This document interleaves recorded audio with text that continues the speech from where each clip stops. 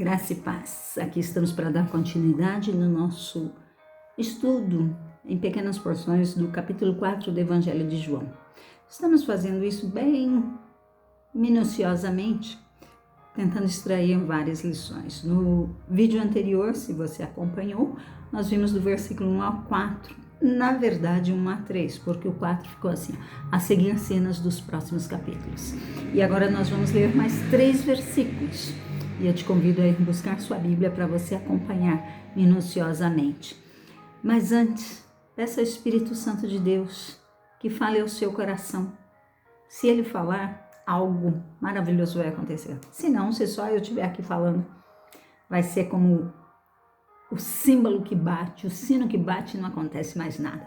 Mas se o Senhor falar, algo ficará em seu coração, algo que transformará, algo que trará mudança à sua vida. E esse é o nosso objetivo. Quando Deus fala, algo acontece. Se Deus falar conosco nesse momento, algo vai acontecer. Abra sua Bíblia, João capítulo 4, versículos de 4 a 6, diz o seguinte: E era necessário passar por Samaria. Foi, pois, a uma cidade de Samaria chamada Sicar, junto à herdade que Jacó tinha dado ao seu filho José. E estava ali a fonte de Jacó. Jesus, pois, cansado do caminho, assentou-se junto àquela fonte. E era isso, perto do meio-dia. Só lembrando que Jesus estava na região de Judeia e resolveu voltar para Galileia. Os judeus e os samaritanos não eram amigos, ao contrário. Os judeus não compartilhavam momentos com samaritanos e vice-versa, porque aí os samaritanos se tornavam também pessoas que não eram amistosas para com os judeus. Mas diz-nos a Bíblia que era necessário passar por Samaria, ou seja, Galileia estava aqui embaixo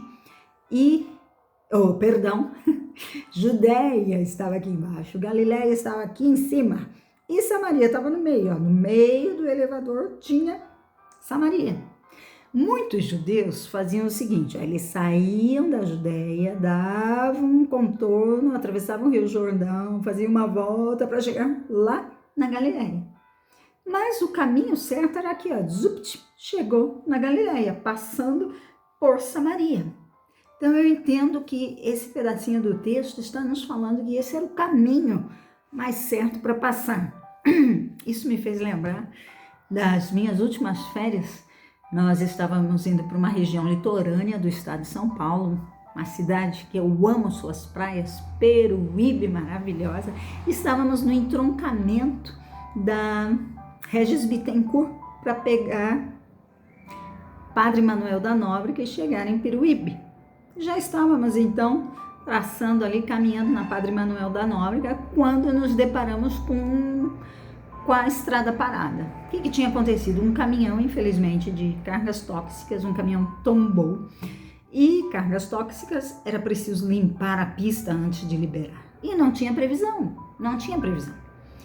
Íamos ficar ali parados, horas e horas. Então, meu cunhado, muito esperto, falou, tem um desvio pelo meio do mato. E lá fomos nós, e foi uma grande aventura. Mas era uma estrada de terra, cheia de pedras, ou seja, não é um caminho que você faz a todo momento. O caminho certo é ir pela pista, rapidinho você chega em Peruíbe. Mas naquele dia, o caminho melhor era fazer aquele grande desvio com muita aventura. E assim foi, igual aqui. Para chegar na Galileia, tinha a opção de atravessar o Rio Jordão, fazer esse desvio para chegar lá em cima. Mas o caminho certo era, digamos assim, pela pista. Não que houvesse uma pista, você está entendendo o que eu estou falando. Mas eu queria pedir permissão e abusar da hermenêutica para dizer que, sinceramente, eu creio que esse era necessário passar por Samaria, vai além da situação geográfica. Eu gostaria de citar algo como um pano de fundo de uma agenda marcada, um agendamento marcado, ainda que a pessoa em questão que estava agendada nem tinha ideia. E é interessante falarmos de agenda nesse período que certamente muitos de vocês podem estar tristes, decepcionados, frustrados, preocupados, porque não conseguem marcar seu agendamento no médico, no terapeuta, no INSS. Quantos casos que temos de a pessoa marcar no INSS, e aí quando o INSS liga, a pessoa fica na lista de espera e o INSS liga e a pessoa já morreu. Talvez você esteja frustrado esperando uma vaga, às vezes até com seus líderes eclesiásticos. Não tem espaço na agenda, está tudo muito lotado nesse tempo, né? Mas a boa notícia para você nesse vídeo é o seguinte: Deus tem um agendamento com você. Tem um cântico antigo que cantávamos nesta noite feliz, nesse santo lugar, eu marquei um encontro com Deus. Na verdade, o cântico deveria ser Deus marcou um encontro comigo, porque é sempre Deus que marca um encontro com o homem. Você lembra lá em Gênesis, quando Deus deu aquele jardim maravilhoso para o homem cuidar, cultivar. Deus sempre requer uma ação humana, dá algo para o homem requerendo que ele responda alguma coisa, né? E o homem pecou. E o que ele fez? Foi se esconder. Mas Deus veio em busca de Adão e Eva. Deus veio em busca de Caim. E Deus está em busca de você também. Deus, o Senhor Jesus, estava em busca de uma mulher muito problemática, sua situação, que nós vamos ver depois. Mas o Senhor Deus tinha um agendamento com ela, eu diria nessa parte. Lembrando que a interpretação correta é que era o caminho passar por Samaria. Mas eu quero enxergar e te dizer que é porque naquele poço havia alguém que estava no coração de Deus que ia chegar ali. Talvez essa mulher não estivesse no coração de ninguém, mas ela estava no coração de Deus. Deus queria ter um tete-a-tete com ela, porque o Senhor queria fazer algo novo em sua vida, transformar a sua vida. E eu te digo, meu querido, você não está aí por acaso, você está aí porque Deus te colocou aí. E se te colocou aí nesse momento é para que você saiba que se ninguém olha por você, se você tem buscado, como eu disse, agenda, se encontrar com alguém que você acha que vai te ajudar e não tem achado espaço, eu quero te dizer que na agenda de Deus, e quem é Deus? Quem é Deus? Ele é simplesmente supremo, soberano, juiz de toda a terra. Como Deus, supremo, soberano, juiz de toda a terra, vai marcar um agendamento comigo, reles mortal. Pessoa peçonhenta, muitas vezes.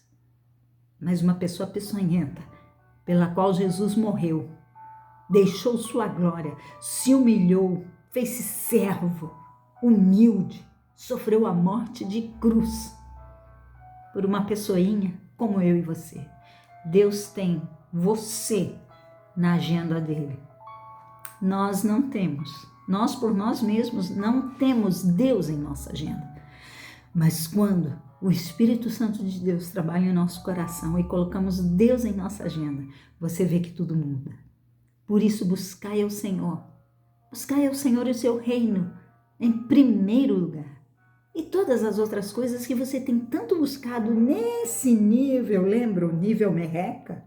Nesse nível, vão ser acrescentadas.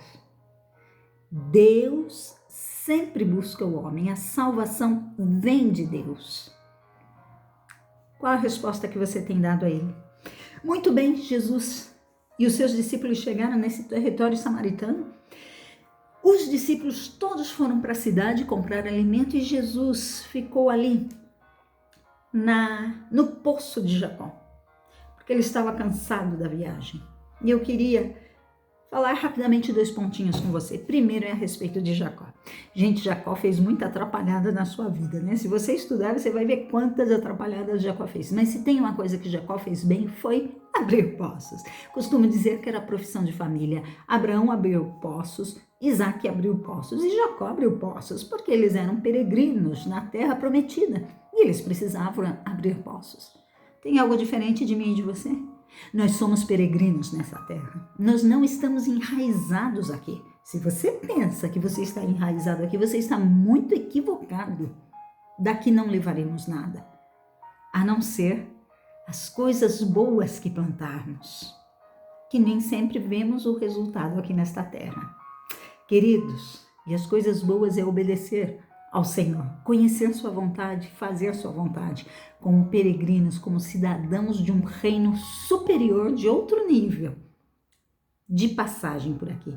E eu queria te animar em sua peregrinação, nesta terra seca e árida que estamos vivendo. Seca e árida, dura. Eu quero te entusiasmar a abrir poços. Poços. Esse poço de Jacó jorrava água até nesses dias. Olha que coisa maravilhosa. Abra poços que permaneçam, que sejam locais de encontro, encontros transformadores. Abra um poço de Jacó no seu escritório, no seu consultório, no seu salão de beleza. Talvez você não veja Jacó nem nos melhores sonhos. Ele sonhou que o Deus Todo-Poderoso ia ter um encontro marcado com uma mulher samaritana, naquele poço que ele estava abrindo, que deu de beber à sua família, ao seu rebanho. Mas ali foi um encontro, um local de encontro marcado. Na sua oficina mecânica pode ser um local de encontro marcado com Deus, para alguém que esteja necessitado, não só frustrado com seu carro arrebentado, mas frustrado com sua vida arrebentada. Você pode ser um instrumento de Deus ali para abençoar a vida de alguém.